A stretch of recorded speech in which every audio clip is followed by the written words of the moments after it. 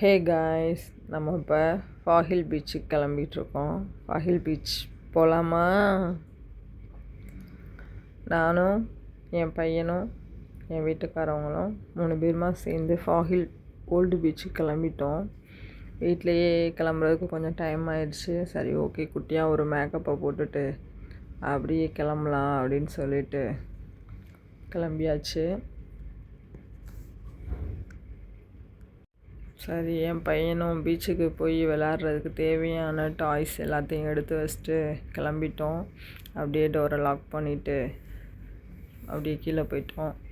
கீழே போய் ஒரு டாக்ஸியை பிடிச்சிட்டு அப்படியே ஜம்முன்னு ஏறி உக்காந்தாச்சு. எங்கால் பீச்சுக்கு போகிறோன்னு பயங்கர ஹாப்பி ஆகிட்டாப்புல.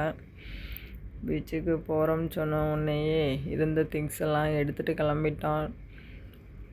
கூட்டிகிட்டு போகிறீங்களா, பீச்சுக்கு கூப்பிட்டு போகிறீங்களான்னு ஒரே டவுட்டு தான் அவனுக்கு. அப்புறம் பீச்சை பார்த்தோன்னே தான் அவனே ஹாப்பியானான். பயங்கர டிராஃபிக்காக இருந்தது. சரி, ஓகேன்னு சொல்லிட்டு ஒரு வழியாக பீச்சுக்கு வர்றதுக்கு இறங்கியாச்சு. பார்த்தோன்னா ஓரளவு ரஷ்ஷாக தான் இருந்தது, பட் வியூ நல்லா இருந்தது. நாங்கள் போகும்போது கொஞ்சம் இருட்ட ஆரம்பிச்சிருச்சு. ஸோ நிறைய ஃபோட்டோஸ்லாம் எடுக்க முடியலை. நான் ரொம்ப ஸ்லோவாக தான் நடந்து போனேன். அப்புறம் அவங்க 2 பேரும் அவங்க நின்றுட்டு இருந்தாங்க. அப்புறம் இப்படி நடக்க விட்டுட்டு, சரி நான் மெதுவாக வந்துகிட்டே இருக்கேன், நீங்கள் போயிட்டே இருங்க அப்படின்னு சொல்லிட்டு நானும் அப்படியே ஃபுல் வியூவையும் வீடியோ எடுத்துகிட்டே மெதுவாக போயிட்டுருந்தேன். அப்புறம் பார்த்திங்கன்னா கொஞ்சம் உள்ளே நடந்து போகிற மாதிரி தான் இருந்தது. பட் வியூஸ்லாம் ரொம்ப நல்லா இருந்தது. எனக்கு ஒரே ஸ்மெல்லாக தெரிஞ்சுது. நம்ம ஊர் கடற்கரையே ஓகே அப்படிங்கிற மாதிரி தான் எனக்கு தோணுச்சு. பீச்சை பார்த்த உடனே என் பையன் ஓடி போய் நல்லா விளாடுவான் அப்படின்னு நினச்சிட்டு நானும் மச்சானும் வந்தோம். ஆனால் அவன் பண்ண கொடுமை பெரிய கொடுமை. பீச்சை பார்த்து பக்கத்தில் போக போக அவன் ரொம்ப பயந்துட்டான். பயந்துட்டு இங்கேனே உட்காந்து விளாடுவோம் வாங்கன்னு பீச்சுக்கு 2 கிலோமீட்டர் இருக்கையிலே நிப்பாட்டி வச்சுட்டான்.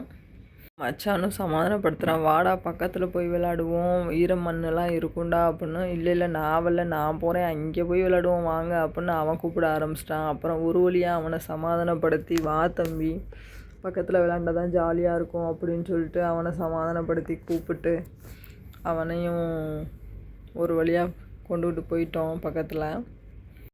சரி, ஓகே, நான் வர்றேன், ஆனால் ரொம்ப கடல் பக்கத்தில் போகாதீங்க, நான் வரமாட்டேன், கொஞ்சம் தூரமாகவே தான் உட்காரணும் அப்படின்னு அவன் கண்டிஷன்லாம் போட்டுட்டு வந்தான். அப்போ பார்த்தீங்கன்னா நிறைய பேர் குட்டீஸ்லாம் நிறைய விளாண்டுட்டு இருந்தாங்க. கடலுக்குள்ளே ஏதோ இருந்தது. யாராவது கொய்த்தில் இருக்கவங்க பார்த்தீங்கன்னா அந்த கடலுக்குள்ளே இருக்கிறது என்னன்னு சொல்லுங்கள். ஏதோ லைட் எரியுதுன்னு நான் எடுத்து வச்சேன், பட் என்னன்னு எனக்கு தெரியாது. 10 வருஷமாக இருக்கிறேன், என் வீட்டுக்காரருக்கும் தெரியாது. அதுக்கப்புறம் ஒரு வழியாக ஒரு இடத்த பிடிச்சி நல்ல இடமா செட்டில் ஆகிட்டோம். ஒரு வழியாக செட்டில் ஆனதுக்கப்புறம் என் பையன் வாளியை எடுத்துகிட்டு அவன் வேலையை ஆரம்பிச்சிட்டான். போய் மண்ணெல்லாம் எடுத்துகிட்டு வந்து அள்ளி கொட்டி விளையாட ஆரம்பிச்சிட்டான். அதுக்கப்புறம் அவங்க அப்பாவையும் கூப்பிட்டான், வாப்பா நீனும் வா போய் அள்ளுவோம் அப்படின்னு சொல்லிட்டு. நீ போடான்னு சொன்னால் அவனுக்கு ஒரே பயம். நான் போகலை அப்படின்னு சொல்லிட்டு ரொம்ப நாளைக்கு அப்புறம் இப்போ தான் வளர்பிறையாக இருக்கவும் நிலவை பார்த்தேன். எனக்கு ரொம்ப ஹாப்பியாக இருந்தது. அதுக்கப்புறம் அதையும் அப்படியே லைட்டாக ஒரு வியூ பண்ணிவிட்டு அவங்க 2 பேரும் போய் மண் தண்ணி இதெல்லாம் அள்ளிக்கிட்டு வந்து விளாண்டுக்கிட்டு இருந்தாங்க. நான் அப்படியே வீடியோ எடுத்துகிட்டு வேடிக்கை பார்த்துட்டே இருந்தேன். ரொம்ப ஜாலியாக தான் இருந்தது.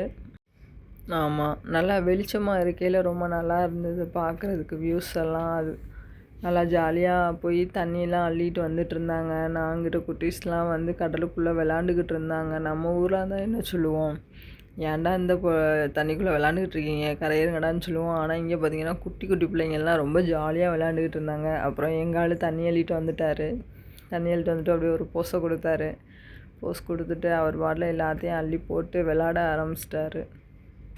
தேங்க்ஸ் ஃபார் வாட்சிங்.